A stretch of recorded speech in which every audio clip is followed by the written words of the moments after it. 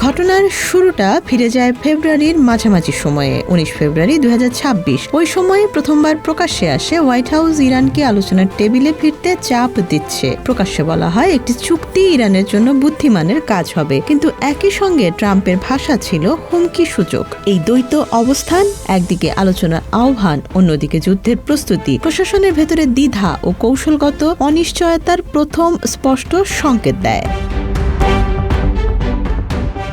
এরপর মার্চের দিকে পরিস্থিতি দ্রুত বদলাতে থাকে। ইরানকে ঘিরে উত্তেজনা বাড়তে বাড়তে শেষ পর্যন্ত তার রূপ নেয় পূর্ণমাত্রা সংঘাতে। প্রথম দিকে ধারণা ছিল এই যুদ্ধ হবে দ্রুত, সীমিত এবং নিয়ন্ত্রিত, কিন্তু বাস্তবতা খুব দ্রুত সেই ধারণাকে ভেঙে দেয়। 5 সপ্তাহ পার হতে স্পষ্ট হয়ে ওঠে এটি কোনো স্বল্পমেয়াদী অভিযান নয়, বরং দীর্ঘস্থায়ী ও ব্যয়বহুল সংঘাতে রূপ নিচ্ছে।